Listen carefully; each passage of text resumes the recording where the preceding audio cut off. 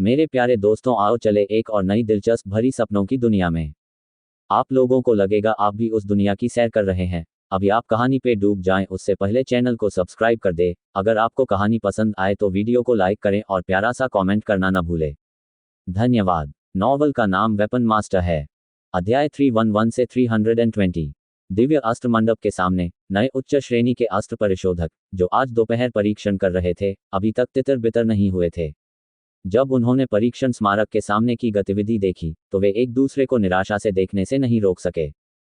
उनमें से कई लोगों ने बहुत पहले ही लाइन के अंत में काले कपड़े पहने उस युवक को देखा था, लेकिन उन्होंने उसे कभी अपने दिल में नहीं रखा था। उन्होंने केवल यही सोचा था कि वह तुई के लिए वहां खड़ा था। आखिरकार ये दाओ टेस्ट टैबलेट था, और यह ऐसी चीज नहीं थी जिसका परीक्षण सिर्फ इसलिए किया जा सके क्योंकि वह इसे आजमाना चाहता था।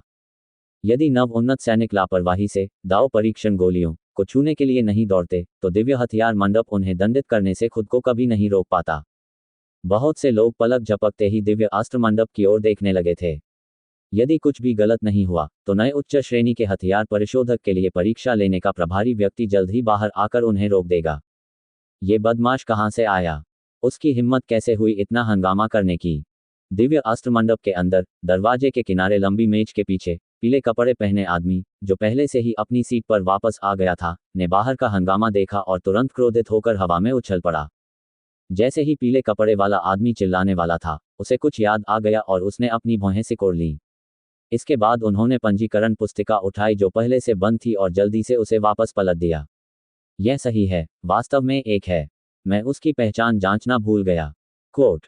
इससे पहले कि प्रतीक शब्द उसके मुंह से निकलता, पीले कपड़े वाले आदमी की आवाज अचानक बंद हो गई। उसकी दोनों आंखें गोल गोल फैली हुई थी और उसका मुंह इतना खुला हुआ था कि ऐसा लग रहा था मानो उसके अंदर मुट्ठी ठूंसी जा सकती है।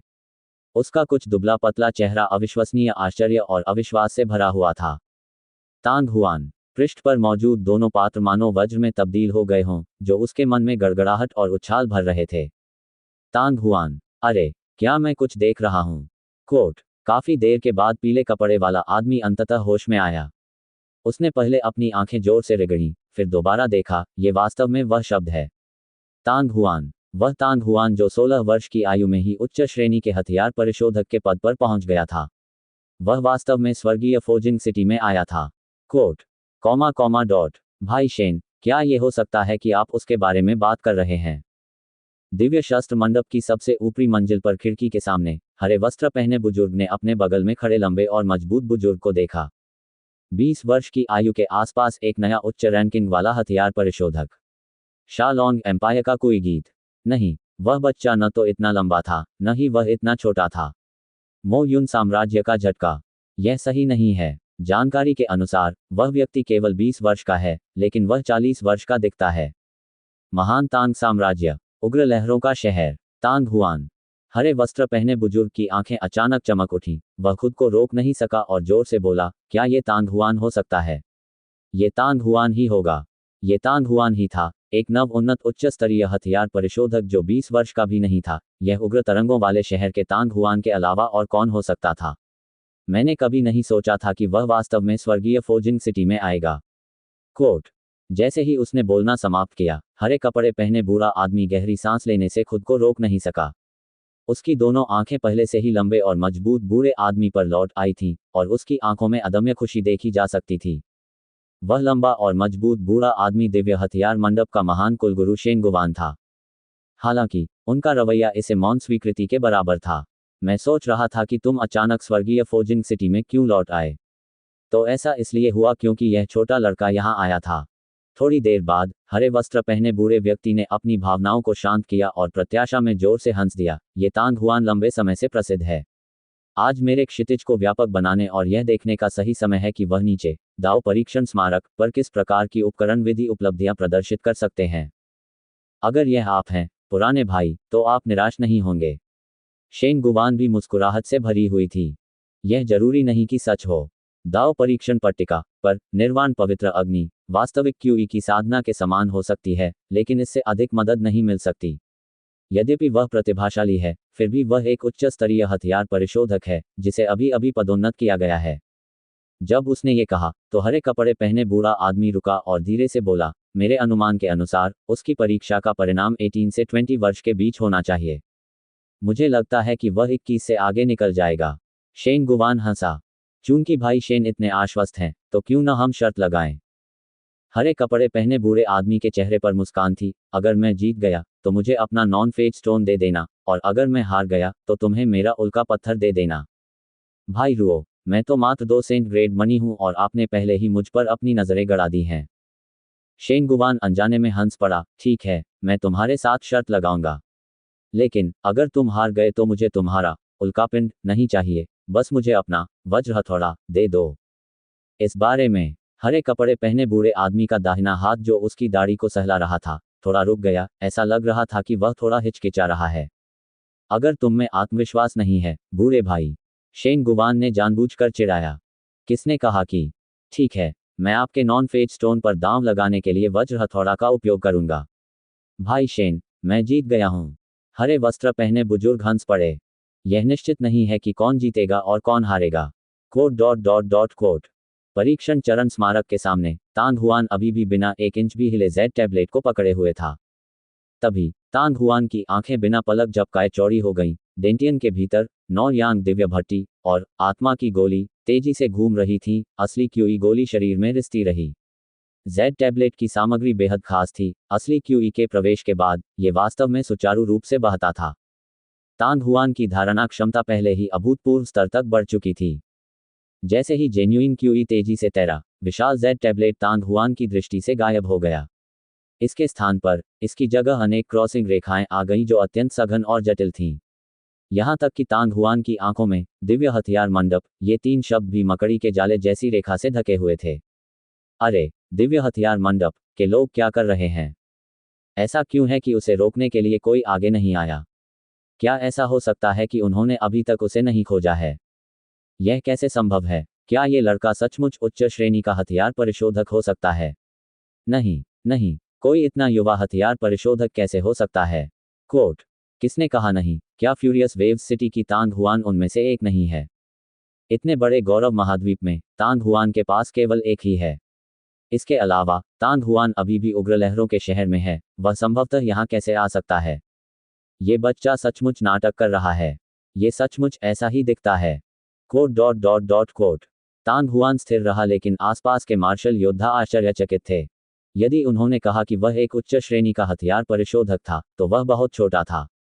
यदि उन्होंने कहा था कि वह नहीं है, तो दिव्य शस्त्र मंडप ने आकर उन्हें क्यों नहीं रोका? नियमों के अनुसार जब तक कोई व्यक्ति दाव परीक्षण स्मारक के सामने गड़बड़ी करेगा, तब तक दिव्य अस्त्र मंडप से एक विशेषज्ञ उसे दंडित करने के लिए आएगा। दिव्य अस्त्र मंडप के द्वार के सामने नव आगे बढ़े सैनिकों के समूह ने हैरानी और संदेह भरी नजरों का आदान प्रदान किया। वे वहां से नहीं गए, बल्कि दिव्य शस्त्र मंडप के अंदर मौजूद व्यक्ति के बाहर आने और उन्हें उपकरण विधि मंदिर में प्रवेश करने का पास जारी करने की प्रतीक्षा करने लगे।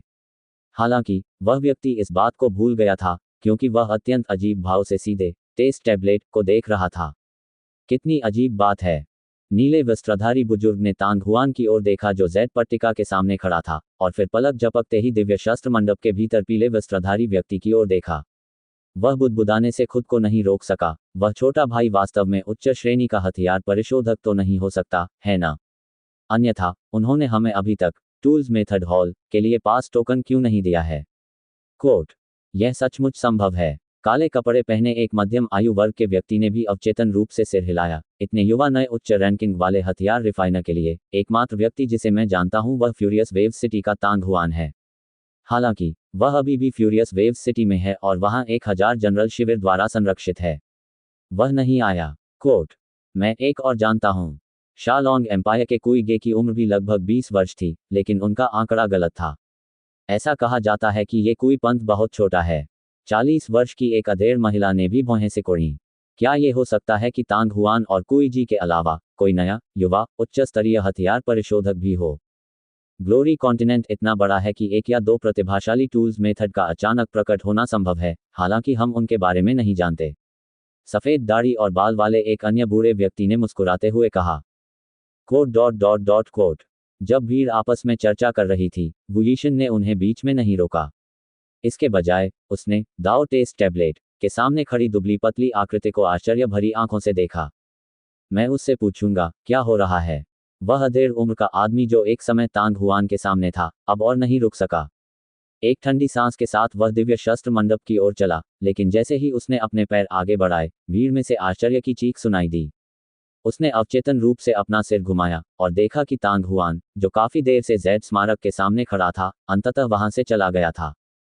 ची! हल्की सी बजने वाली आवाज के साथ तांग हुआन ने अपनी दाहिनी तर्जनी और मध्यमा उंगली उठाई, और इतनी तेज गति से कि नंगी आंखें भी उसे पकड़ नहीं सकती थीं, वह कब्र के पत्थर के चारों ओर घूमने लगा। जहां भी उसकी उंगली गुजरती, वहां वह पीछे छवि की एक श्रृंखला छोड़ जाती। इस समय अत्यंत सघन ज्वाला का एक छोटा सा गोला भी तांग हुआन की उंगली के ऊपर चक्कर लगा रहा था। हालांकि जैसे ही ज्वाला दिखाई दी, आसपास के लोगों को तुरंत भयानक गर्मी का एहसास हुआ। यद्यपि वे कई मीटर की दूरी पर थे, फिर भी वे सभी भीषण गर्मी के कारण पसीने से तरबतर थे।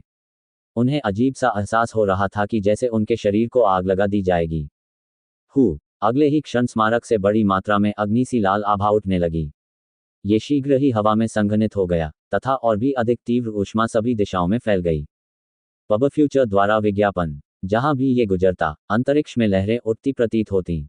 आसपास के कई मार्शल योद्धा वास्तव में लगातार पीछे हटने के लिए मजबूर थे, और केवल कुछ ही थे जो अभी भी अपनी मूल स्थिति में खड़े रहने में सक्षम थे। उनके चेहरे पूरी तरह से लाल थे।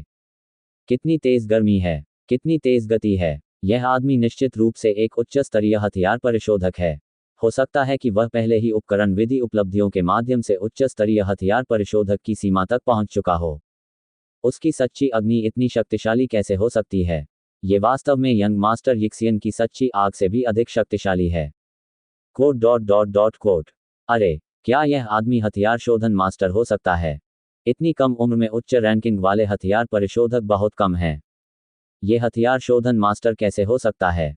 अरे, क्या ऐसा हो सकता है कि वह युवा हो, और वास्तव में उसकी उम्र 30 से 40 वर्ष हो? कोट। कुछ देर के सदमे के बाद आसपास के लोग होश में आ गए। वे लगातार चिल्लाते रहे और उनकी भौहें आश्चर्य और अविश्वास से भर गईं। अविश्वसनीय, बहुत बढ़िया। दिव्य अस्त्र मंडप के अंदर लंबी मेज पर लेटे पीले वस्त्रधारी व्यक्ति ने जब ये देखा, तो उसकी आंखें लगभग बाहर आ गईं। उसने अपनी आश्चर्य भरी चीख को दबाने के लिए पूरी ताकत लगा दी, लेकिन उसके दिल में वह बेतहाशा चिल्ला रहा था। जिस क्षण उन्होंने ये कदम उठाया, वह पहले से ही असाधारण था। उसके परीक्षण के परिणाम किसी ओझा और देवता से भी अधिक अच्छे हो सकते हैं। कोट। दिव्य अस्त्र मंडप के सामने सभी नव उन्नत सैनिक अचंभित रह गए। अभी हर कोई जेड टैबलेट के सामने काले कपड़े पहने युवक की पहचान का अनुमान लगाने की कोशिश कर रहा था, लेकिन उन्होंने उसे ज्यादा गंभीरता से नहीं लिया। इस उम्र में, भले ही वह एक उच्च रैंकिंग वाला हथियार परिशोधक था, फिर भी उसके लिए उपकरण विधि उपलब्धियों का उच्च होना असंभव था। पब फ्यूचर द्वारा विज्ञापन। लेकिन किसने सोचा था कि काले वस्त्र पहने युवक का पहला कदम इतना चौंकाने वाला होगा? आज दोपहर परीक्षण देने वाले सभी नए उच्च रैंकिंग वाले हथियार परिशोधकों में, जिस गति से वू यिक्सियन ने स्पिरिट मैप बनाया, वह स्वाभाविक रूप से सबसे तेज था। हालांकि जब वू यीशन आत्मा मानचित्र बना रहा था, तब भी सभी का पूरा ध्यान उस पर था, फिर भी वे उसकी उंगली की गति को पकड़ सकते थे। काले रंग के कपड़े पहने युवक वू यीशन से भी अधिक तेज था। वास्तव में वह कम से कम 2 गुना तेज था। सभी को पता था कि काले कपड़े पहने युवक की उंगली स्मारक में इधर उधर घूम रही थी, लेकिन वे उसकी हरकतें स्पष्ट रूप से नहीं देख पा रहे थे।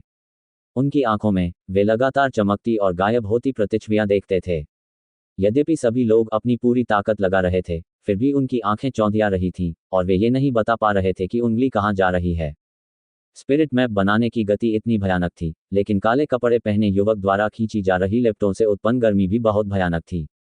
परीक्षण के दौरान वू यीशन की लौ से निकलने वाली गर्मी आश्चर्यजनक थी, लेकिन यह अभी भी उसकी तुलना में कमतर थी। यदि दूसरे पक्ष की आयु अधिक न होती, तो उससे आने वाली निरंतर गर्मजोशी को देखकर शायद सभी को लगता कि वह हथियार शोधन मास्टर है। अरे, यह आदमी कौन है?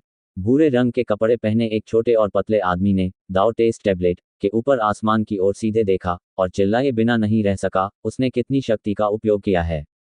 मैंने कभी किसी को नहीं देखा जो टेस्ट टैबलेट चरित्र में निहित शक्ति का इस हद तक उपयोग कर सकता है। नए हथियार परिशोधक के परीक्षण के दौरान आकाश को देखकर ही पता लगाया जा सकता था कि वह कितनी शक्तिशाली शक्ति का प्रयोग कर रहा था। कुछ ही सांसों के समय में जेड टैबलेट के ऊपर असामान्य रूप से बड़ी लाल आभा संघनित होकर बन गई थी। इसके अलावा इसका लगातार विस्तार हो रहा था। नए उन्नत हथियार परिशोधक के लिए इस तरह के परीक्षण का उद्देश्य केवल आग की गर्मी से स्पिरिट मैप बनाना नहीं था। स्पिरिट मैप बनाने की प्रक्रिया में आग के तापमान को लगातार नियंत्रित करना पड़ता था। ऐसा इसलिए था क्योंकि अंत में ये स्पिरिट मैप लाइनें स्मारक पर 3 रूनों से जुड़ी हुई थीं, और वे स्थान जहां वे जुड़े हुए थे वे कसकर बंद छोटे दरवाजों की तरह थे। जब आग सही दिशा में जलती थी तो ये छोटे दरवाजे को खोलने के लिए सही चाबी ढूंढने के बराबर था। दरवाजा खुला और रून के भीतर निहित शक्ति सक्रिय हो गई, जिससे टैबलेट का शरीर प्रकट हो गया और वह हवा में संघनित हो गया। इस तरह की प्रक्रिया में उच्च स्तरीय हथियार परिशोधकों की विभिन्न क्षमताओं के लिए अत्यधिक उच्च आवश्यकताएं थीं। जो जितना अधिक शक्तिशाली होगा वह उतने ही अधिक छोटे दरवाजे खोल सकेगा और उतनी ही अधिक शक्ति का प्रयोग कर सकेगा। परिणामस्वरूप दाओ टेस्ट टैबलेट के ऊपर संघनित लाल आभा स्वाभाविक रूप से बड़ी और बड़ी होती गई। भीड़ की नजरों में काले कपड़े पहने लड़के द्वारा सक्रिय किए गए प्रतीक की शक्ति पहले ही अत्यंत भयावह स्तर पर पहुंच चुकी थी। ऐसा इसलिए था क्योंकि दाओ टेस्ट टैबलेट से उठने वाली लाल आभा पहले ही एक विशाल लाल बादल में बदल चुकी थी, जिसने 10 मीटर से अधिक क्षेत्र को ढक लिया था। यह कोई साधारण सच्ची अग्नि नहीं है, ये 5 महान आध्यात्मिक अग्नियों में से एक है, निर्वाण पवित्र अग्नि। अचानक काले कपड़े पहने अधेड़ व्यक्ति को कुछ सूझा। उसकी आंखें अचानक चौड़ी हो गईं, उसका मुंह चिल्लाने के लिए खुल गया, उसके चेहरे पर आश्चर्य की लहर दौड़ गई। निर्वाण पवित्र अग्नि, ये सुनकर आसपास की भीड़ चौंक गई। तांग हुआन, वह तांग हुआन है। तुरंत ही एक नव उन्नत सैनिक अपने होश में आया और जोर से चिल्लाया। उनकी आंखें गहरे सदमे से भरी थीं। तांग हुआन, ये 2 शब्द सुनकर कई नवयुवक दंग रह गए। काले कपड़े पहने वह युवक जो दाओ टेस्ट टैबलेट पर टूल्स मेथड अटेंशंस का परीक्षण करने वाला था, वास्तव में हाल ही में प्रसिद्ध हुआ तांग हुआन था। क्या वह उग्र लहरों के शहर में नहीं है? वह अचानक स्वर्गीय फोजिंग सिटी में क्यों आया? तांग हुआन की हर हरकत दुनिया भर के ध्यान का केंद्र थी। यदि वह फ्यूरियस वेव्स सिटी छोड़ देता तो ये खबर दूर दूर तक फैल जाती। हालांकि कुछ भी निरपेक्ष नहीं है। Heavenly fogging city furious waves city से 1000 किलोमीटर से भी कम दूरी पर थी। यदि तांग हुआन 7वें चरण के मार्शल मास्टर की पूरी गति के तहत उग्र लहरों के शहर से चुपके से बाहर निकल जाए तो वह निश्चित रूप से 2 या 3 दिनों में स्वर्गीय फोजिंग सिटी तक पहुंच सकता है। ऐसी स्थिति में उसके बारे में कोई जानकारी न मिलना ही उचित था। क्या यह संभव है कि वह व्यक्ति सचमुच तांग हुआन था? नए उच्च पदस्थ हथियार परिशोधक चिंतित हो गए, उनके विचार तेजी से चलने लगे, लेकिन जितना अधिक उन्होंने इसके बारे में सोचा उतना ही उन्हें लगा कि ऐसा होने की संभावना बहुत अधिक थी। वू यीशन जैसे 23 वर्षीय व्यक्ति के लिए, जो उपकरण विधि का प्रतिभाशाली व्यक्ति था, जो पहले से ही 7वें चरण के शिखर पर पहुंच चुका था और पहले से ही एक उच्च रैंक वाला हथियार परिशोधक था, ये पहले से ही एक दुर्लभ घटना थी। यहाँ तक कि शालोंग साम्राज्य के कोई गीत टूल्स मेथड अटेनमेंट भी वू यू के बराबर ही था और वू यी से थोड़ा कमतर भी हो सकता था। पूरे ग्लोरी कॉन्टिनेंट में 20 या उससे अधिक युवा टूल्स मेथड प्रतिभाओं में से संभवतः केवल 2 ही ऐसे थे जो वू यीशन को पीछे छोड़ पाए थे। वहां 2 लोग थे, एक पुरुष और एक महिला, और वह पुरुष कोई और नहीं बल्कि फ्यूरियस वेव सिटी तांग हुआन था। सबसे पहले किसी को भी उम्मीद नहीं थी कि उपकरण विधि उपलब्धियां इतनी आश्चर्यजनक होंगी, और दूसरी बात, उन्होंने यह मान लिया कि तांग हुआन अभी भी फ्यूरियस वेव सिटी में था। लेकिन दाओ टेस्ट टैबलेट पर काले वस्त्र पहने युवक का प्रदर्शन देखने के बाद तांग हुआन के अलावा वह और कौन हो सकता है? तांग हुआन, ये वास्तव में एक अच्छी प्रतिष्ठा है। कोट, वू यीशन ने अपनी आंखें सिकोड़ लीं, क्योंकि जैद स्मारक के सामने खड़ी काली आकृति धीमी आवाज में कुछ बोल रही थी, जिसे केवल वह ही सुन सकता था। उसके अप्रतिम सुंदर चेहरे पर अदम्य प्रशंसा और विस्मय झलक रहा था। हालांकि उनकी आंखों की गहराई में एक अदृश्य अवसाद का निशान भी था। जैसे ही नए उच्च श्रेणी के हथियार परिशोधक का समूह अचंभित हुआ, उनकी चीखें पहले ही आसपास के वातावरण में फैल चुकी थीं। यह नहीं हो सकता, वह महान तांग हुआन है। मैं सोच रहा था कि यह उच्च पदस्थ हथियार शोधक इतना युवा क्यों है। पता चला कि वह वास्तव में तांग हुआन है। तस्क, उनके वर्तमान प्रदर्शन को देखते हुए वह संभवतः 23 वर्ष की आयु के बाद भी अच्छा परिणाम दिखाएंगे। कोट, हाँ, ये सचमुच वही है। आप सबको मेरी बात पर विश्वास नहीं हुआ जब मैंने अभी कहा कि यह वही है। कोट। सैकड़ों की संख्या में मौजूद योद्धाओं में से लगभग सभी के चेहरे पर तीव्र आश्चर्य और हैरानी के भाव थे। एक क्षण में भीड़ का शोर एक विशाल ध्वनि तरंग में परिवर्तित हो गया जो आकाश और धरती पर गूंज उठा, जिससे कई युद्ध योद्धा आकर्षित हुए और दूर से गुजर रहे योद्धाओं को आश्चर्य से देखने लगे। कुछ लोग तो ऐसे भी थे जो अपने हृदय की जिज्ञासा को दबा नहीं सके और तेजी से उनकी ओर बढ़ रहे थे। निर्वाण पवित्र अग्नि, जैसा कि निर्वाण पवित्र अग्नि से अपेक्षित था। कोट, दिव्य शस्त्र मंडप की सबसे ऊपरी मंजिल पर खिड़की के सामने हरे कपड़े पहने बूढ़े व्यक्ति ने ताली बजाई और प्रशंसा करते हुए कहा, इस आध्यात्मिक अग्नि के अस्तित्व ने पहले ही उसकी मारक क्षमता को शस्त्र शोधन गुरु की मारक क्षमता के बराबर बना दिया है। निर्वाण पवित्र अग्नि अभी भी पर्याप्त नहीं है। देखो, उसने कितनी तेजी से आत्मा मानचित्र बनाया। शेन गुवान ने प्रशंसा की। उसने बहुत समय पहले सुना था कि तांग हुआन की औजार विधि सिद्धियां अत्यंत आश्चर्यजनक थीं, लेकिन उसने पहले कभी तांग हुआन को हथियार बनाते हुए व्यक्तिगत रूप से नहीं देखा था, इसलिए वह इस बारे में स्पष्ट नहीं था कि तांग हुआन की औजार विधि सिद्धियां किस स्तर तक पहुंच गई थीं। उसने केवल प्राप्त जानकारी के आधार पर तांग हुआन के लिए अपने दिल में एक मानक निर्धारित किया था। लेकिन दाओ टेस्ट टैबलेट पर तांग हुआन के प्रदर्शन को देखने के बाद उन्होंने महसूस किया कि तांग हुआन की उपकरण विधि उपलब्धियां पहले से ही उस मानक को पार कर चुकी थी जिसे वह झेल सकता था। उसकी गति वास्तव में भयावह है। हरे वस्त्र पहने उस बुजुर्ग को अपनी आंखों में आश्चर्य छिपाना मुश्किल हो रहा था जब उन्होंने भावुक होकर कहा, इस तरह की गति तक पहुंचने के लिए धारणा क्षमता, निर्णय, अवलोकन, अनुमान, आध्यात्मिक अग्नि और अग्नि पर नियंत्रण, इनमें से कोई भी कमजोर नहीं है। मैं सचमुच नहीं जानता कि यह छोटा सा लड़का ऐसा कैसे कर सकता है। भाई शेन, ये शर्त, ऐसा लगता है कि मैं अंत में आपसे हार जाऊंगा। कोट, ये संभावना नहीं है, बल्कि आप निश्चित रूप से हार जाएंगे। शेन गुवान हंसा। ऐसा जरूरी नहीं है। केवल अब हरे वस्त्र पहने बुजुर्ग को यकीन नहीं हुआ और वह नाक भान से कोड़ने लगा, लेकिन इससे पहले कि वह अपनी बात पूरी कर पाता, उसकी आवाज अचानक रुक गई और वह और शेन गुवान दोनों ने एक ही समय में दाओ टेस्ट टैबलेट की ओर देखा। बज़, अचानक ही धरती को हिला देने वाली भूकंप की आवाज हवा में गूंज उठी और आसपास के लोगों के कान गूंज उठे। लगभग एक चमकदार लाल रोशनी में नमूना लिया और ऊपर आकाश में ज्वलंत लाल आभा वाला वह गोला भी तीव्र गति से घूम रहा था और बदल रहा था। उंगली हिलाने पर एक बहुत बड़ा स्पिरिट चरित्र भीड़ की निगाहों के सामने सिमट गया और वास्तव में उनके चारों ओर लगभग 20 मीटर के क्षेत्र पर छा गया। पात्र से निकली आग जैसी लाल चमक और भी सघन थी, इस हद तक कि उसने 10 मीटर के दायरे में सब कुछ लाल रंग में रंग दिया।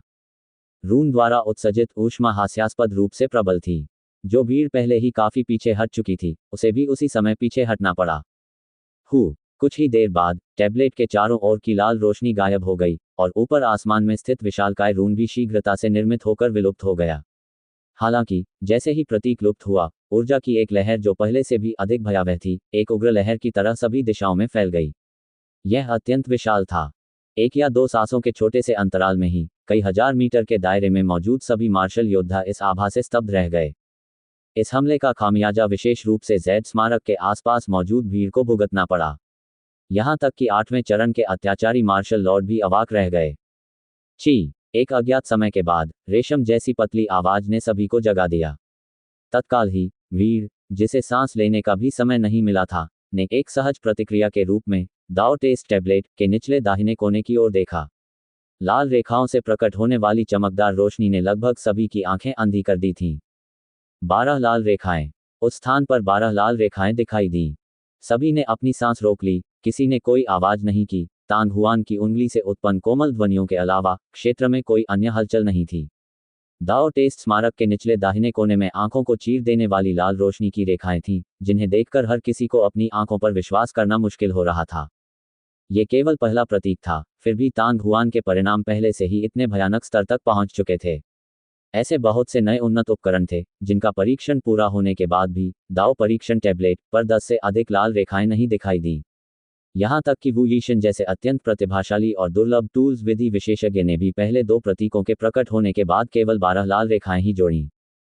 लेकिन तांग हुआन के लिए ये केवल पहला अक्षर था और लाल रेखा पहले ही आश्चर्यजनक रूप से 12 पंक्तियों तक पहुंच चुकी थी। जिस क्षण वे दिखाई दिए, 12 लाल रेखाएं दिखाई दी। अरे, क्या वह वास्तव में एक उच्च स्तरीय हथियार परिशोधक है, न कि हथियार परिशोधन मास्टर। कोट, प्रति रून 12 पंक्तियां। यदि वह बाद में खुद को स्थिर कर लेता है, तो क्या उसके सामने 30 से अधिक लाल रेखाएं नहीं होंगी? इस बच्चे ने कितनी शक्ति का उपयोग किया। कोट। कुछ देर की खामोशी के बाद सभी लोग अपने सीने में उठे सदमे को दबा नहीं सके और लगातार चिल्लाते रहे। उनके चेहरे भी अप्रतिम आश्चर्य से भरे हुए थे। कुछ ही दूरी पर नव उन्नत सैनिकों का समूह भी अवाक था। अन्य मार्शल योद्धाओं को केवल यह महसूस हुआ कि इस परीक्षण के परिणाम बेहद चौंकाने वाले थे और वे जानते थे कि इस स्तर को प्राप्त करना बेहद कठिन होगा। हालांकि वे नहीं जानते थे कि ये कितना कठिन था, लेकिन वे नए उन्नत उच्च स्तरीय हथियार परिशोधकों के बारे में बहुत स्पष्ट थे जिन्होंने दाओ टेस्ट टैबलेट का उपयोग किया था। दाओ टेस्ट टैबलेट पर स्पिरिट मैप के चिन्ह अत्यंत जटिल थे। यहां तक कि अगर किसी ने गलत लाइन चुन ली हो तो भी वह सक्रियण की शक्ति को कम करने में सक्षम होगी।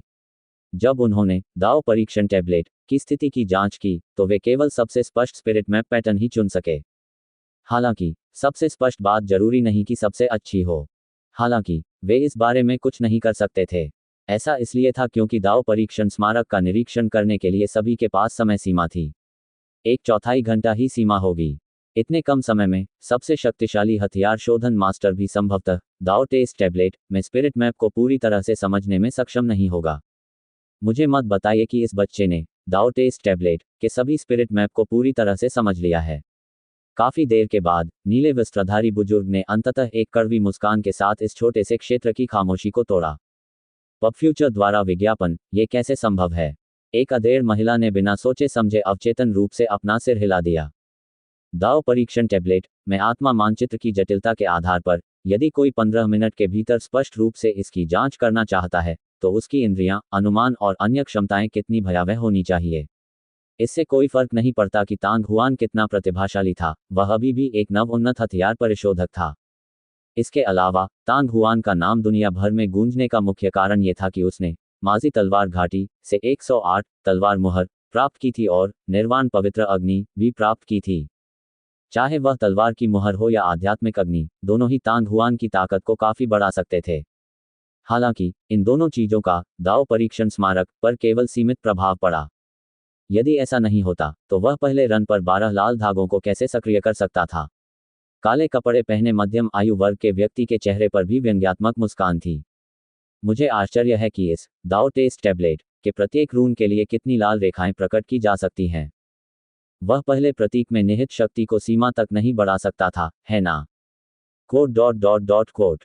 ऐसा लग रहा था कि सभी लोग आपस में बातें कर रहे थे, लेकिन साथ ही वे अपने बगल में बैठे उच्च पदस्थ हथियार परिशोधक से कुछ बुदा रहे थे। वू यीशन द्वारा निर्धारित 21 लाल रेखाओं का परिणाम पहले से ही काफी प्रभावशाली था, लेकिन एक महिला जिसके नाम ने कुछ साल पहले दुनिया को हिला दिया था द्वारा निर्धारित 25 लाल रेखाओं का परिणाम अविश्वसनीय रूप से आश्चर्यजनक था। दाओ टेस्ट टैबलेट के प्रकट होने के बाद से उपलब्धियों की संख्या एक ही हथेली पर गिनी जा सकती है। उसने सोचा कि इस तरह के परिणाम के साथ कोई भी उससे आगे नहीं निकल पाएगा। हालांकि उन्होंने कभी उम्मीद नहीं की थी कि तांग हुआन शुरू से ही 12 लाल रेखाएं प्रकट कर देगा। जब तक वह कोई गलती नहीं करेंगे, वह लगातार आगे बढ़ते रहेंगे और कुछ साल पहले के रिकॉर्ड को तोड़ देंगे। पब फ्यूचर द्वारा विज्ञापन, तांग हुआन। उच्च श्रेणी के हथियार परिशोधकों के इस समूह के किनारे पर वू यीशन ने ये कुछ नाम धीरे से बुदबुदाए। उसका सुंदर चेहरा अत्यंत असहाय भाव से ढका हुआ था। ये बच्चा वास्तव में दिव्य अस्त्र मंडप की सबसे ऊपरी मंजिल पर खिड़की के सामने हरे कपड़े पहने बूढ़ा आदमी हौंफने लगा और काफी देर तक बोलने में असमर्थ रहा। बगल में शेन गुवान भी अचंभित था। दाओ परीक्षण स्मारक पर तांग हुआन का प्रदर्शन उनकी उम्मीदों से बिल्कुल परे था।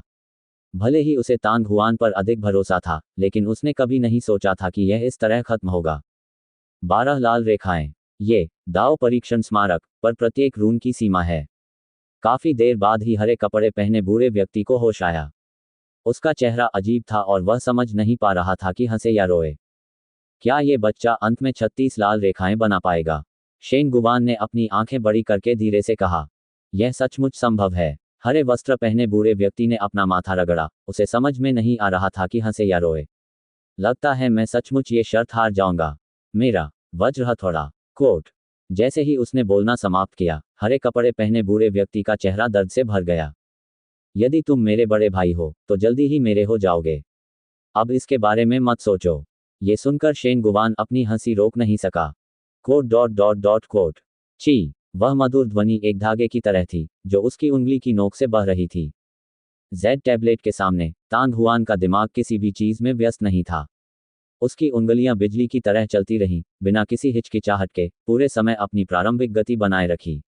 जेड टैबलेट के ऊपर हवा में लगातार बढ़ती लाल आभा एक बार फिर से विशाल और बढ़ते लाल बादल में संघनित हो गई थी। जैसे जैसे शोर बढ़ता गया, भीड़ के चेहरों पर अलग अलग भाव दिखने लगे। ऐसा इसलिए था क्योंकि आसपास के मार्शल योद्धा भयावह आभा की लहरों से घबरा गए थे। वे सभी इस स्थान के पास आए थे, ये देखने के लिए कि क्या हो रहा है। अभी क्या हुआ? वह आभा बहुत डरावनी थी, उसने मुझे इतना डरा दिया कि मेरा दिल लगभग बाहर निकल आया। कोट: क्या ये दाव परीक्षण स्मारक का परीक्षण है? फुफकार: कितनी तेज आवाज है। कोट: आखिर वह बदमाश कौन है? उसकी गति इतनी तेज है। मैं 8वें चरण का मार्शल लॉर्ड हूं, मैं कैसे नहीं देख सकता कि वह क्या कर रहा है। कोट. नए आए लोगों ने अपने पास खड़े लोगों से स्थिति के बारे में पूछना शुरू कर दिया।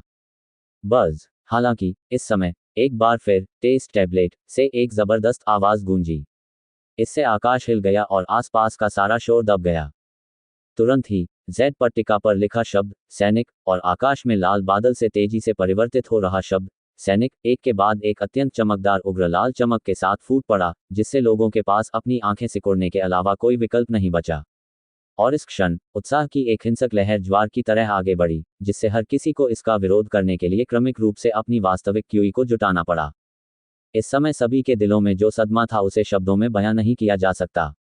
निश्चित रूप से तांग हुआन ने दूसरों को निराश नहीं किया और एक बार फिर टेस्ट टैबलेट का उपयोग करके ऐसा चौंकाने वाला दृश्य बनाया। कोई यह अनुमान लगा सकता है कि दूसरे रून के बनने के बाद जेड स्मारक की सतह पर 12 से कम लाल रेखाएं नहीं दिखाई देंगी। इसमें लगभग कोई रहस्य नहीं था। जब लाल प्रकाश गायब हो गया और प्रतीक एक अत्याचारी आभा में बदल गया जो सभी दिशाओं में फैल गया, तो सभी ने तुरंत देखा कि जेड स्मारक के निचले दाहिने कोने में लाल क्षैतिज रेखाएं दोगुनी हो गई थीं। पिछली 12 पंक्तियों से ये बढ़कर 24 हो गई थीं। वास्तव में अभी भी 12 लाल रेखाएं हैं। ऐसा लग रहा है कि इसमें कोई संदेह नहीं कि 36 लाल रेखाएं होंगी।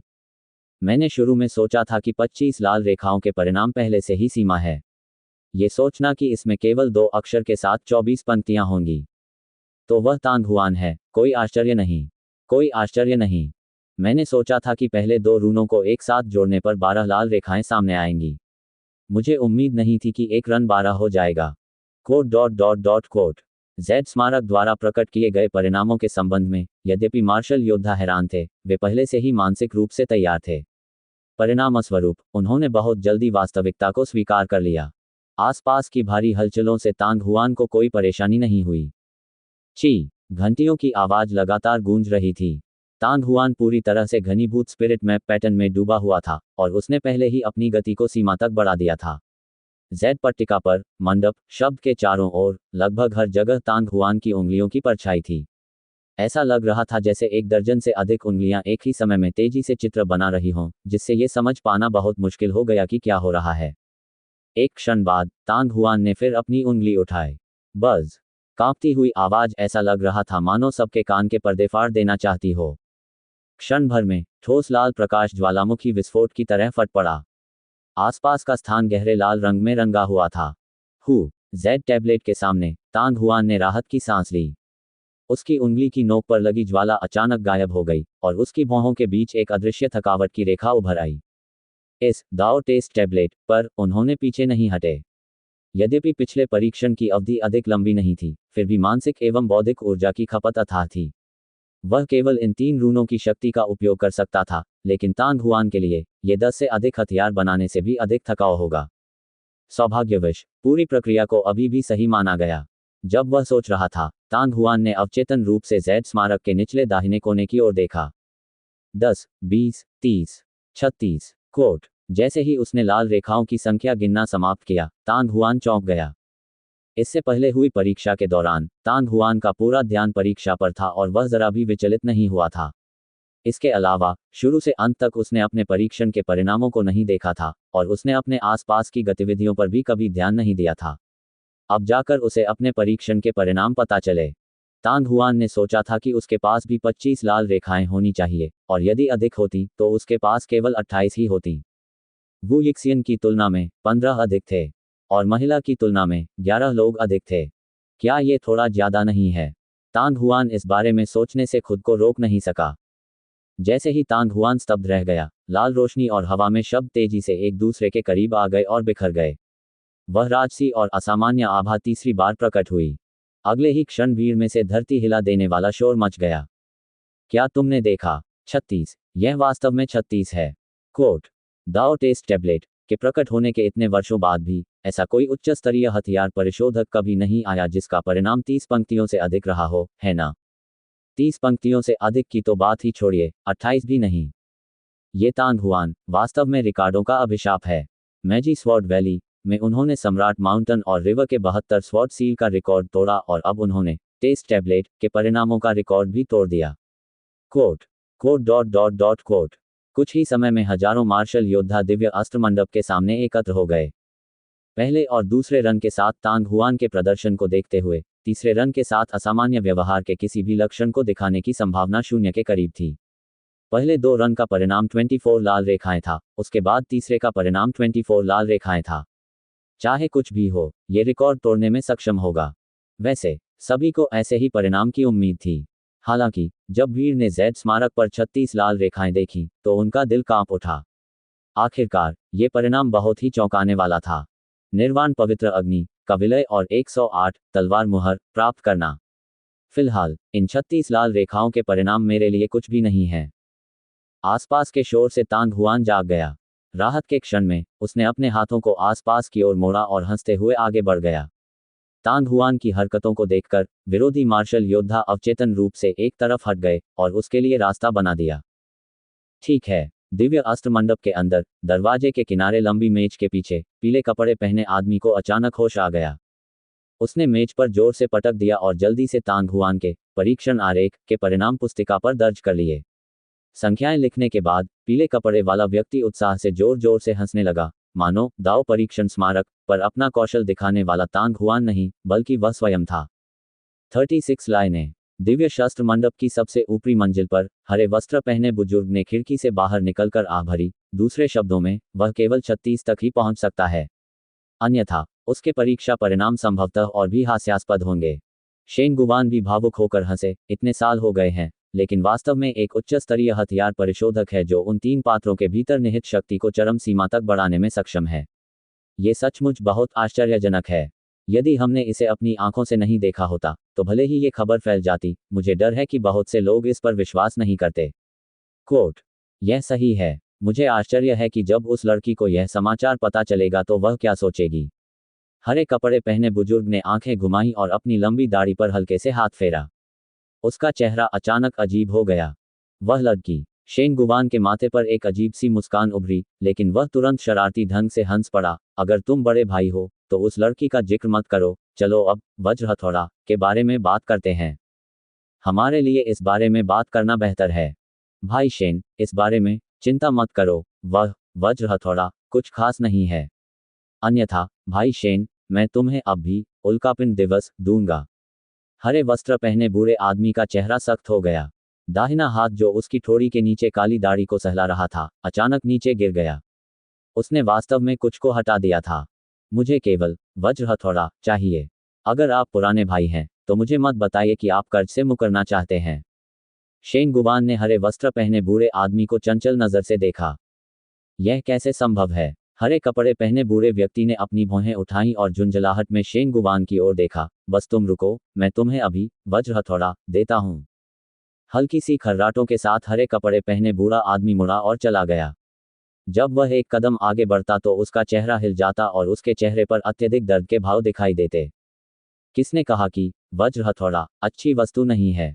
इससे उच्च श्रेणी के हथियार बनाना बहुत आसान हो जाएगा। शेन गुवान मुस्कुराया और बुदबुदाया। दिव्य अस्त्र मंडप के सामने सभी नव उन्नत सैनिकों के चेहरे पर जटिल भाव थे जब उन्होंने तांग हुआन को धीरे धीरे आगे बढ़ते देखा। विशेषकर वे बुजुर्ग हथियार परिशोधक। वे 50 या 60 वर्ष की आयु में ही उच्च श्रेणी के हथियार परिशोधक बन गए थे, लेकिन दूसरी ओर तांग हुआन 17 वर्ष की आयु में ही उच्च श्रेणी के 7वें चरण के मार्शल मास्टर बन चुके थे।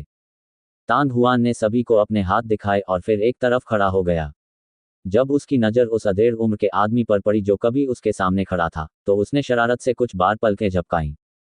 अधेड़ उम्र का व्यक्ति कुछ देर के लिए स्तब्ध रह गया, फिर वह अपने आप पर काबू पा सका। उसका चेहरा लाल हो गया था, मानो वह जल रहा हो। उसकी आंखें शर्म से भरी थीं। सबके चेहरे पर अलग अलग भाव थे, जबकि उनके मन में तरह तरह के विचार चल रहे थे। पीले वस्त्र पहने व्यक्ति मुस्कुराहट से भरे चेहरे के साथ दिव्य अस्त्र मंडप से बाहर आ चुका था। उसके एक हाथ में पंजीकरण पुस्तिका और दूसरे हाथ में लकड़ी की प्लेट थी। ट्रे के ऊपर सफेद जेड गोलियों का ढेर था। जेड गोलियों के अंदर हल्के लाल रंग के अक्षर दिखाई दे रहे थे। दोस्तों, टेस्ट टैबलेट का परीक्षण समाप्त हो गया है। सभी लोग कृपया अगले टूल्स मेथड हॉल के लिए अपना पास प्राप्त करें। पीले वस्त्र पहने व्यक्ति ने मुस्कुराते हुए सब पर नजर घुमाई और जोर से चिल्लाया। ये सुनकर कई नए हथियार परिशोधकों के चेहरे पर अंततः मुस्कुराहट आ गई। क्या टेस्ट टैबलेट के लिए सभी के बीच प्रतिस्पर्धा का कारण वह ऑर्डर बैज नहीं था? जू जियान। जैसे ही पीले वस्त्र वाले व्यक्ति ने ये नाम कहा, उसने अपनी प्लेट से एक जेड टोकन निकाला। जेड टोकन के अंदर की संख्या 9 थी। अगले ही क्षण लगभग 60 वर्ष की एक वृद्ध महिला तेजी से आगे बढ़ी और चेहरे पर मुस्कान लाते हुए पीले वस्त्र पहने व्यक्ति से जेड पदक ले लिया। डू जेड ई ली रुई कोट। जिन नव आगे बढ़े सैनिकों को बुलाया गया था, उन्हें एक के बाद एक उनके संबंधित पास टोकन दिए गए। यहाँ केवल 20 लोग थे और उनमें से 1 दर्जन से अधिक लोग वू यीशन के सामने पंक्ति में खड़े थे। तांग हुआन को आश्चर्य हुआ कि वहां पहले से ही लगभग 20 उच्च रैंकिंग वाले हथियार परिशोधक थे जिन्होंने अपने टोकन प्राप्त किए थे, और वास्तव में उन्होंने वू यिक्सियन का नाम नहीं पुकारा। हालांकि वू यीशन को पहले से ही ऐसा होने की उम्मीद थी। तांग हुआन को अपनी ओर देखते हुए देखकर वू यी जियान मुस्कुराए और तांग हुआन की ओर सिर हिलाया। तांग हुआन ने मुस्कुराकर जवाब दिया और चुपचाप इंतजार करने लगा। कुछ देर बाद तांग हुआन ने भौहें सिकोड़ लीं। वह आश्चर्यचकित था। जेड टैबलेट पर केवल एक ऑर्डर बैज बचा था, लेकिन 3 लोग ऐसे थे जिन्हें ऑर्डर बैज नहीं मिला था। झुओ युयू। तांग हुआन के सामने खड़े मध्यम आयु वर्ग के व्यक्ति ने जब आखिरी जेड टैबलेट प्राप्त कर लिया, तो पीले कपड़े वाले व्यक्ति की लकड़ी की ट्रे पूरी तरह से खाली हो गई। कल सुबह सभी लोग यहाँ एकत्रित हों। मैं सभी को टूल्स मेथड हॉल में भेजूंगा। पीले वस्त्र पहने व्यक्ति ने मुस्कुराते हुए कहा। अब सभी लोग वापस जा सकते हैं। वू यीशन। तांग हुआन, आपके परीक्षणों के परिणाम बहुत दुर्लभ हैं। टोकन को अस्थायी रूप से परिष्कृत करने की आवश्यकता है, इसलिए कृपया 1 घंटे तक अंदर प्रतीक्षा करें। टोकन 1 घंटे में तैयार हो जाएंगे। तांग हुआन ने जब ये सुना तो वह समझ गया, लेकिन वू यी जियान और बाकी लोगों के चेहरे पर सामान्य भाव थे, क्योंकि वे स्पष्ट रूप से जानते थे कि यह होने वाला था। कृपया। पीले वस्त्र पहने व्यक्ति ने मुस्कुराकर उन दोनों को इशारा किया, फिर वह रास्ता दिखाकर दिव्य अस्त्र मंडप में प्रवेश कर गया। तांग हुआन और वू यी जियान ने एक दूसरे को देखा और उनके पीछे चल पड़े। दिव्य अस्त्र मंडप के सामने कई हजार मार्शल योद्धा और नव उन्नत उच्च श्रेणी के अस्त्र परिशोधक तेजी से तितर बितर हो गए। तांग हुआन के दाओ टेस्ट टैबलेट में भाग लेने की खबर पूरे स्वर्गीय फोजिंग शहर में तूफान की तरह फैल गई। कुछ समय के लिए इस विशाल पवित्र शहर में असंख्य लोग आश्चर्यचकित रह गए। हेवनली फोजिंग सिटी के पश्चिम में वू परिवार। परीक्षण के परिणाम क्या हैं? कमरे के निरंतर उत्थान पतन की गहराई में दयालु चेहरे वाली एक बूढ़ी औरत मुस्कुराती हुई उस अधेड़ उम्र के आदमी को देख रही थी, जो जल्दी से विपरीत दिशा से अंदर आया था। यद्यपि इस वृद्ध महिला के बाल सफेद थे, फिर भी वह ऊर्जावान दिख रही थी। उसकी त्वचा बच्चों की तरह चिकनी और गुलाबी थी, और उसकी आंखें साफ और काली थीं। मैडम, युवा मास्टर के परीक्षा परिणाम बहुत अच्छे हैं। दाव परीक्षण स्मारक पर लाल रेखाओं की संख्या 21 है। अधेड़ उम्र का आदमी हंसा। 21 उम्र। हालांकि इस संख्या की तुलना उससे नहीं की जा सकती, फिर भी ये अत्यंत दुर्लभ है। इसके तुरंत बाद उसने कुछ असहाय भाव से कहा, हालांकि मुझे डर है कि अमर स्वयं इस परिणाम से संतुष्ट नहीं होंगे। उसने अपनी ताकत रोक ली है और उससे आगे निकलना चाहता है, लेकिन दुर्भाग्य से अभी भी एक अंतर है। प्रतिभा ऐसी चीज है जिसे जबरदस्ती नहीं लाया जा सकता। वृद्ध महिला फिर मुस्कुराई। हाल के वर्षों में, उसके अलावा, मैंने कभी किसी तीसरे व्यक्ति के बारे में नहीं सुना जो 20 वर्ष से अधिक उम्र का हो। यदि वह प्रथम नहीं हो सकता तो दूसरा स्थान प्राप्त करना अच्छा है। मैडम, युवा मास्टर अब तीसरे स्थान पर हैं। मध्यम आयु वर्ग के व्यक्ति ने कुछ उदास भाव से कहा। तीसरा। बूढ़ी औरत दंग रह गई। मध्यम आयु वर्ग के व्यक्ति ने जोर से हंसते हुए कहा, अभी अभी परीक्षण लेने वाले अंतिम नए उच्च रैंकिंग वाले हथियार परिशोधक ने 3 पात्रों को प्रकट करने की अपनी शक्ति को सक्रिय किया है। दाओ टेस्ट टैबलेट पर 36 लाल रेखाएं दिखाई दे रही थीं, जो यंग मास्टर से पूरे 15 गुना ऊंची थीं। 36। बूढ़ी औरत चौंकी। ये कौन है? उग्र लहरों का शहर, तांग हुआन। हेवनली फोजिंग सिटी के दक्षिण में स्टासिया रेस्तरां। ये स्टार ओशन कॉमर्स का मुख्यालय था। 6 मंजिल ऊंची मुख्य इमारत और आसपास की सहायक इमारतों में अनगिनत लोग आते जाते थे। वे अत्यंत व्यस्त थे। 36 लाल रेखाएं। इमारत की 6ठी मंजिल पर एक हैरान और नाजुक आवाज ने इमारत की खामोशी को तोड़ा। वह वास्तव में चुपचाप स्वर्गीय फोजिंग सिटी में आया था। जो बोल रही थी वह बैंगनी वस्त्र पहने एक लड़की थी जिसका चेहरा घूंघट से ढका हुआ था। यद्यपि उसका चेहरा दिखाई नहीं दे रहा था, उसका नाजुक शरीर सुडौल और आकर्षक था। उसकी पोशाक के वक्र अत्यंत उत्तम थे और बादलों की तरह लहराते उसके लंबे बालों के साथ उसका पूरा शरीर एक रहस्यमय आकर्षण से घिरा हुआ था। बिल्कुल। काली पोशाक वाले बूढ़े आदमी ने थोड़ा झुककर हंसते हुए कहा, अभी तो मुझे डर है कि यह खबर पूरे स्वर्गीय फोजिंग शहर में फैल चुकी होगी। सबसे पहला काम जो उन्होंने किया वह था 36 लाल रेखाओं के साथ आगे बढ़ना। दाओ टेस्ट टैबलेट के प्रकट होने के बाद से उनसे पहले कोई भी इसे बनाने में सफल नहीं हो सका। ये तान हुआन, मैं वास्तव में आश्चर्यचकित हूं कि वह भविष्य में किस हद तक पहुंचेगा। बैंगनी वस्त्र पहने महिला ने हल्की सी आह भरी। हाँ, 36 लाल रेखाओं का मतलब है कि वह टूल्स मेथड हॉल में 36 दिनों तक रह सकता है। मेरा मानना है कि जब वह वहां से बाहर आएगा तो उसकी ताकत काफी बढ़ जाएगी। Quote. Black costume old man भी भावुक हो गया। हालांकि हमारे चैम्बर ऑफ कॉमर्स और उसके बीच के रिश्ते से, चाहे वह भविष्य में कितना भी आगे बढ़े, यह अभी भी हमारे चैम्बर ऑफ कॉमर्स के लिए फायदेमंद होगा। मिस, क्या हमें उसका निवास स्थान ढूंढकर बधाई का उपहार तैयार करना होगा? कोट। यह आवश्यक नहीं होगा। कोट। स्वर्गीय फोजिंग नगर के भीतर, चाहे वह सड़कें हों, विभिन्न महान शक्तियों के शिविर हों या विभिन्न महान कुलों के सभा स्थल हों, व्यवहारिक रूप से एक के बाद एक समान ध्वनियां उठती और घटती थीं। तान हुआन का नाम बहुत पहले ही पूरी दुनिया में फैल चुका था। जब वह ग्लोरी कॉन्टिनेंट में वापस लौटा तो यद्यपि वह बहुत दूर था, फिर भी बहुत से लोग उसे गुप्त रूप से देख रहे थे तथा देखना चाहते थे कि वह और क्या हरकतें कर सकता है। लेकिन अब जब दिव्य अस्त्र मंडप से दाव परीक्षण पट्टिका की खबर सामने आई थी तो इसने तुरंत अनगिनत लोगों के दिलों को कांपने पर मजबूर कर दिया। महीने की शुरुआत में द पियरलेस बैटलफील्ड सोल पुस्तक समीक्षा कार्यक्रम के प्रथम और द्वितीय पुरस्कार के परिणाम पहले ही घोषित किए जा चुके हैं। जिन मित्रों ने इसमें भाग लिया है वे जाकर देख सकते हैं कि उन्होंने पुरस्कार जीता है या नहीं। दरअसल 1 घंटे से भी कम समय में तान हुआन और वू यीशन को टूल्स मेथड मंदिर में प्रवेश का पास मिल गया।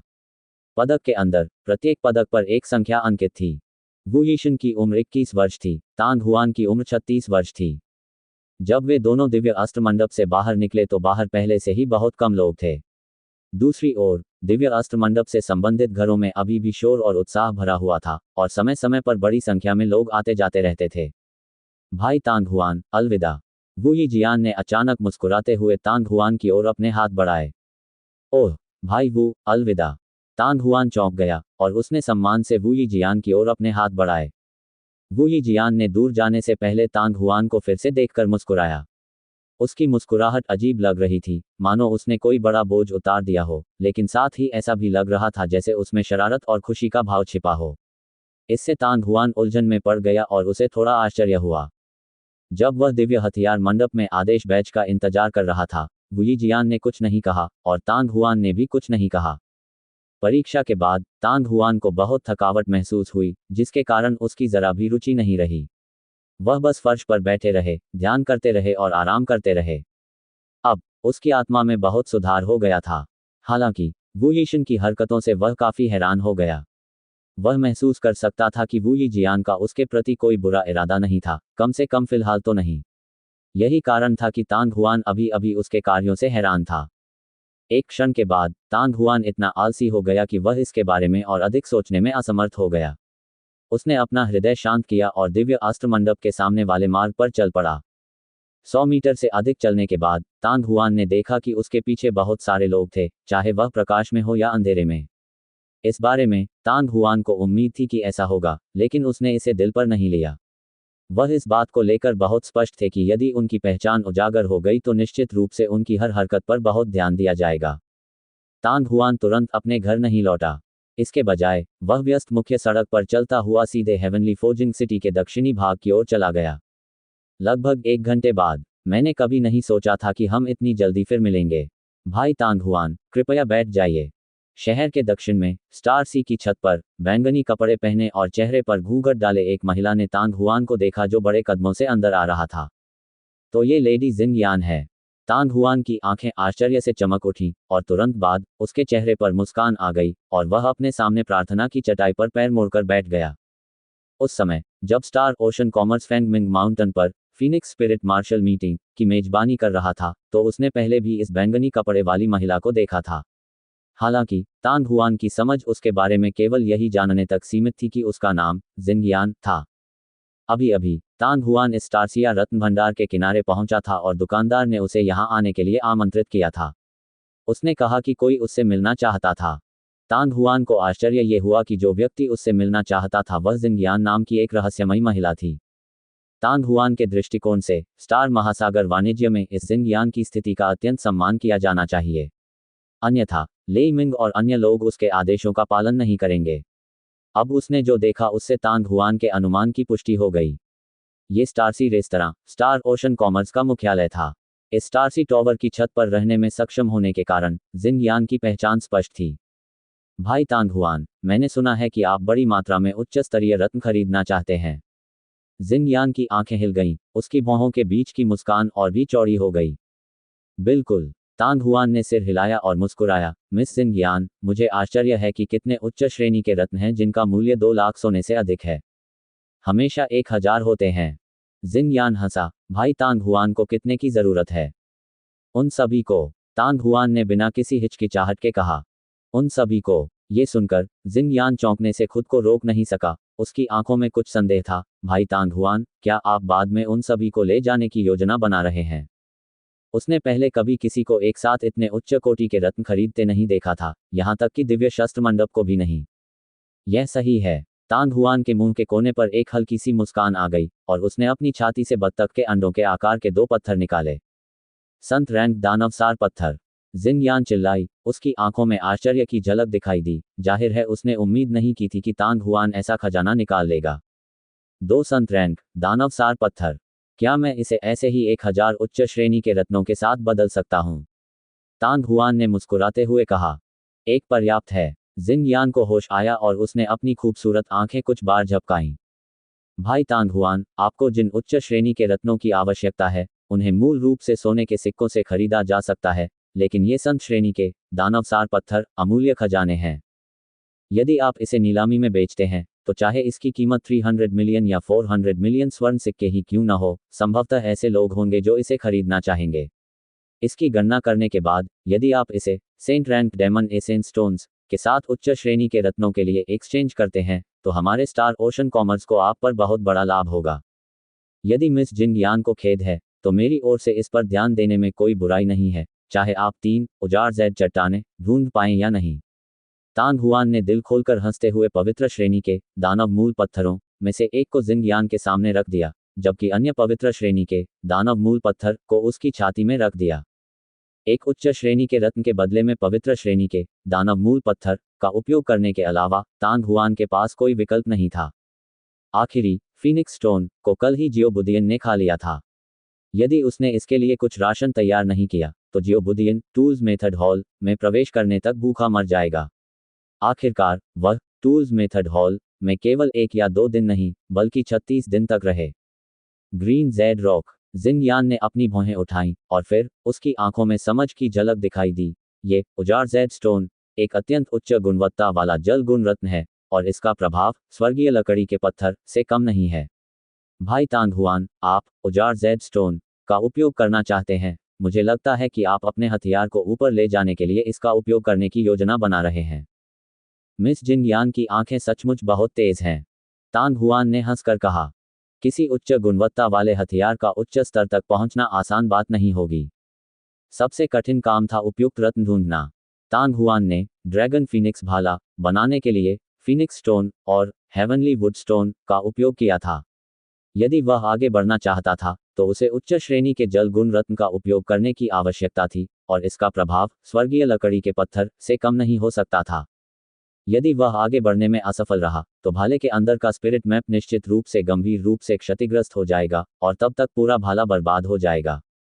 ग्रीन जेड रॉक और हेवनली वुड स्टोन एक ही हैं। ये दोनों अत्यंत दुर्लभ हैं। जिंगियान ने खुद से कहा, पिछले 5 वर्षों में हमारे स्टार ओशन कॉमर्स ने पिछले साल केवल 2 ग्रीन जेड रॉक को स्थानांतरित किया था। मेरी जानकारी के अनुसार अन्य व्यापारी संघों को भी शायद ही कभी जेड जैसा पत्थर मिला हो। लेकिन भाई तांग हुआन को चिंतित होने की आवश्यकता नहीं है। मैं कल आदेश भेजूंगा और विभिन्न शाखा संगठनों को स्थिति की जांच करने दूंगा, लेकिन मैं गारंटी नहीं दे सकता कि मैं इसे ढूंढ पाऊंगा। आखिरकार उजाड़ जेड स्टोन बहुत दुर्लभ है। कोट। चाहे मैं इसे ढूंढ पाऊं या नहीं, मुझे फिर भी मिस जिंगियान को धन्यवाद देना होगा। तांग हुआन की सराय दिव्य शस्त्र मंडप के बहुत करीब थी, बस कुछ 100 मीटर की दूरी पर। तांग जियोनग के अनुसार इस सराय का आकार पूरे स्वर्गीय फोजिंग शहर में शीर्ष 3 में स्थान दिया जा सकता है। एक साधारण सराय में आमतौर पर एक या कुछ इमारतें ही होती थीं।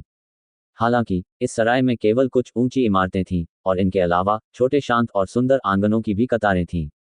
तांग हुआन ने जो मकान किराए पर लिया था वह एक प्रांगण था। जब लालटेनें जल गईं तो तांग हुआन अपने रहने के कमरे में लौट आया। उसके पीछे 2 हटे कट्टे, गंजे और मांसल आदमी थे। तांग हुआन ने उन्हें पहले भी फेंग मिंग पर्वत पर देखा था। इस समय वे दोनों एक हाथ में एक बड़ा सा कपड़े का थैला लेकर आंगन में चल रहे थे। धन्यवाद बड़े भाइयों। तांग हुआन ने अपने हाथों को धन्यवाद में मोड़ा। दोनों गंजे मांसल पुरुषों ने केवल अपना सिर हिलाया और फिर कपड़े के थैले नीचे रख दिए और बिना एक शब्द कहे वे आंगन से बाहर चले गए। क्या ये सभी उच्च कोटि के रत्न हैं? जब तक तांग हुआन ने आंगन का गेट बंद किया तब तक छोटी लड़की ने कपड़े का एक थैला खोल लिया था। हाँ, हंगामा महसूस करते ही जियाओ बुदियन कमरे में भाग गया और छिप गया।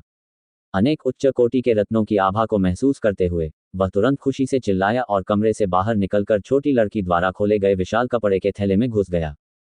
चिंता मत करो, ये सब तुम्हारा है।